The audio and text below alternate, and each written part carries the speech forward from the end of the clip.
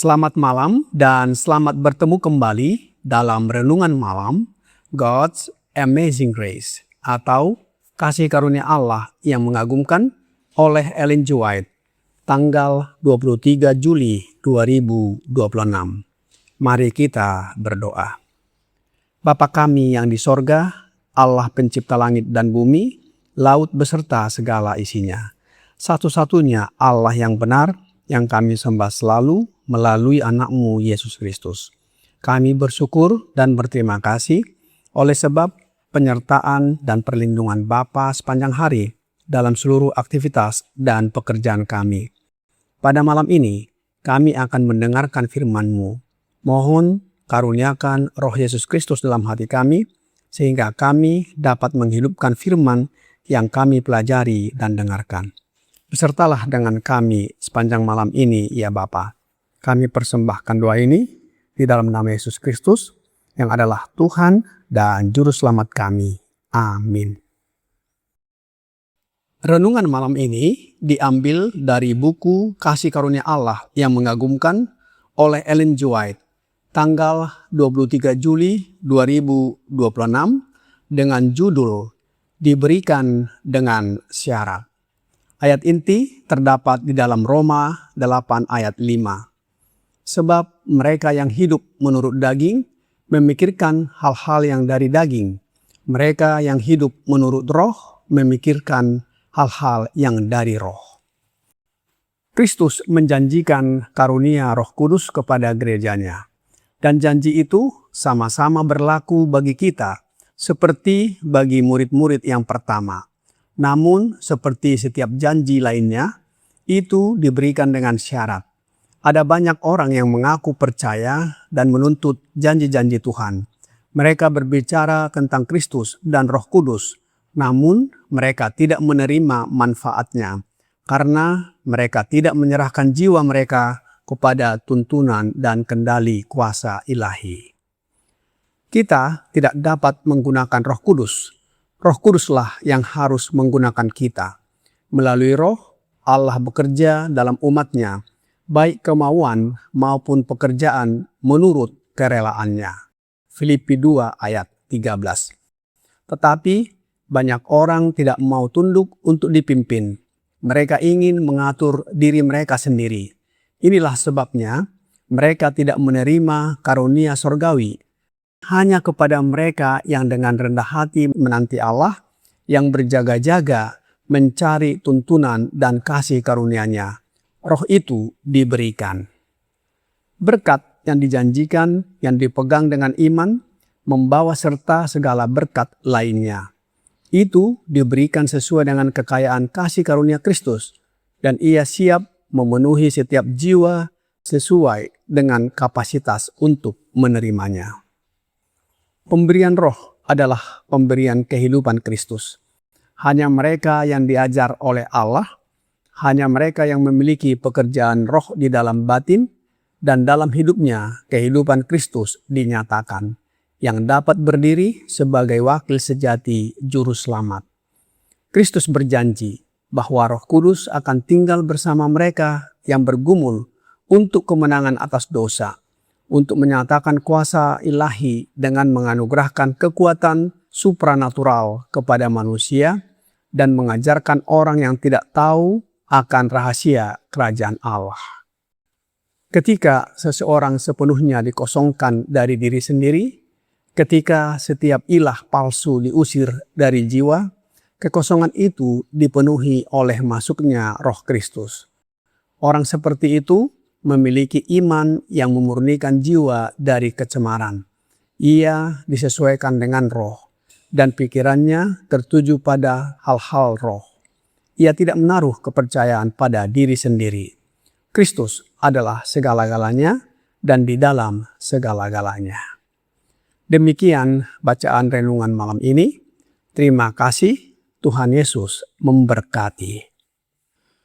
Saudara-saudari dalam Yesus Kristus, setiap orang percaya menginginkan kuasa Roh Kudus yang adalah Roh Yesus Kristus dalam hidupnya. Kita ingin mengalami damai sejahtera, kemenangan atas dosa, hikmat dalam mengambil keputusan, dan kuasa untuk menjadi saksi Kristus. Namun, firman Allah mengajarkan bahwa karunia Roh Kudus bukanlah sesuatu yang diterima secara otomatis. Ada syarat pemberian roh tersebut. Apa syaratnya roh itu diberikan? Roh nubuat di dalam The Desire of Ages, halaman 672, paragraf 1 berkata, hanya kepada mereka yang dengan rendah hati menantikan Allah, yang berjaga-jaga mengharapkan tuntunan dan kasih karunia-Nya, Roh Kudus dikaruniakan. Kuasa Allah menanti untuk diminta dan diterima oleh mereka. Syaratnya Roh Kudus diberikan kepada mereka adalah rendah hati, menyerahkan diri sepenuhnya kepada pimpinan Allah, hidup menurut roh dan bukan menurut keinginan daging, serta bersedia tunduk menurut kepada kehendak-Nya. Seperti tertulis dalam ayat inti renungan malam ini, Roma 8 ayat 5 berkata, sebab mereka yang hidup menurut daging memikirkan hal-hal yang dari daging, mereka yang hidup menurut roh memikirkan hal-hal yang dari roh. Ayat ini menunjukkan bahwa kehidupan orang percaya ditentukan oleh apa yang memenuhi pikirannya. Orang yang hidup menurut daging akan mengejar keinginan daging, sedangkan orang yang hidup menurut roh akan mengarahkan pikiran dan hidupnya kepada perkara-perkara roh. Ketika kita memilih hidup menurut roh, Yesus bekerja mengubah hidup kita sehingga semakin serupa dengan Dia. Dan Allah bekerja di dalam mereka, baik kemauan maupun pekerjaan menurut kerelaannya. Filipi 2 ayat 13. Dalam renungan malam ini, God's Amazing Grace, halaman 212, paragraf 6 berkata, ketika seseorang sepenuhnya dikosongkan dari diri sendiri, ketika setiap ilah palsu diusir dari jiwa, kekosongan itu dipenuhi oleh masuknya Roh Kristus. Orang seperti itu memiliki iman yang memurnikan jiwa dari kecemaran. Ia disesuaikan dengan roh, dan pikirannya tertuju pada hal-hal roh. Ia tidak menaruh kepercayaan pada diri sendiri. Kristus adalah segala-galanya dan di dalam segala-galanya. Salah satu penghalang terbesar bagi pekerjaan Roh Kudus adalah keakuan. Firman Allah berkata, Allah menentang orang yang congkak, tetapi mengasihi orang yang rendah hati. Yakobus 4 ayat 6. Yesus sendiri mengajarkan, barang siapa tinggal di dalam aku dan aku di dalam dia, ia berbuah banyak. Yohanes 15 ayat 5. Selama hati dipenuhi kesombongan, ambisi pribadi, dan kasih kepada dunia, Roh Kudus tidak dapat bekerja secara penuh dalam dirinya. Tetapi ketika diri sendiri disalibkan, Kristus memenuhi kehidupan kita. Paulus berkata, namun aku hidup, tetapi bukan lagi aku sendiri yang hidup, melainkan Kristus yang hidup di dalam aku. Galatia 2 ayat 20. Tujuan Roh Kudus bukan hanya membuat kita merasa diberkati, tetapi menjadikan kita saksi bagi Kristus. Alkitab di dalam Kisah Para Rasul 1 ayat 8 berkata, tetapi kamu akan menerima kuasa kalau Roh Kudus turun ke atas kamu, dan kamu akan menjadi saksiku di Yerusalem dan di seluruh Yudea dan Samaria dan sampai ke ujung bumi. Dunia membutuhkan lebih banyak orang Kristen yang hidupnya memantulkan karakter Kristus daripada sekedar mengucapkan namanya. Ketika Roh Kudus memenuhi seseorang, pikirannya dipenuhi firman Allah. perkataannya membangun, hidupnya menghasilkan buah roh, pelayanannya memuliakan Kristus. Karunia Roh Kudus adalah janji Allah bagi semua orang percaya. Namun, janji itu dinikmati oleh mereka yang rendah hati dan menyerahkan hidup sepenuhnya kepada Allah.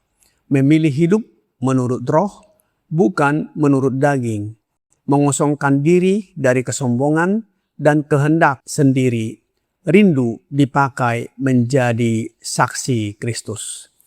Apakah kita mau meminta dan menerima karunia terbesar, yaitu Roh Yesus Kristus, kepada Allah Bapa?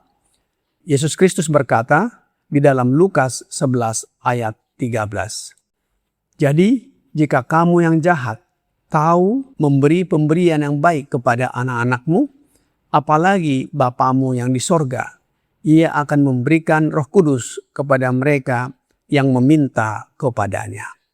Saudara-saudari dalam Yesus Kristus, mari kita bertanya kepada diri sendiri. Apakah saya masih memimpin hidup saya sendiri atau sudah menyerahkannya kepada Kristus?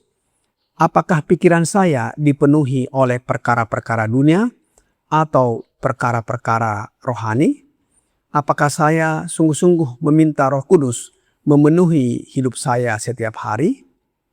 Kiranya kita menjadi umat yang hidup menurut roh, sehingga Kristus nyata melalui kehidupan kita dan namanya dimuliakan. Kiranya pekabaran malam ini membawa pembaharuan dan sukacita bagi kita. Tuhan Yesus memberkati. Mari kita berdoa. Bapa kami yang di sorga, terima kasih atas firman-Mu yang mengajarkan bahwa kami merendahkan diri dan menyerahkan hidup agar dapat menerima Roh Yesus Kristus. Sehingga kami dipenuhi kuasa untuk tidak mementingkan diri dan hidup menuruti kehendak-Mu. Oleh sebab itu ya Bapa, kami mohon curahkan Roh Anak-Mu Yesus Kristus dalam hati kami, agar kami hidup kudus di hadapan-Mu. Karakter kami diubahkan menjadi serupa dengan karakter Yesus. Bila mana Yesus datang, kami siap menyambutnya dan diangkat masuk ke dalam kerajaan sorga. Kami serahkan hidup kami ke dalam tangan-Mu sepanjang malam ini, ya Bapa. Mohon ampuni kami atas segala dosa dan pelanggaran yang kami lakukan.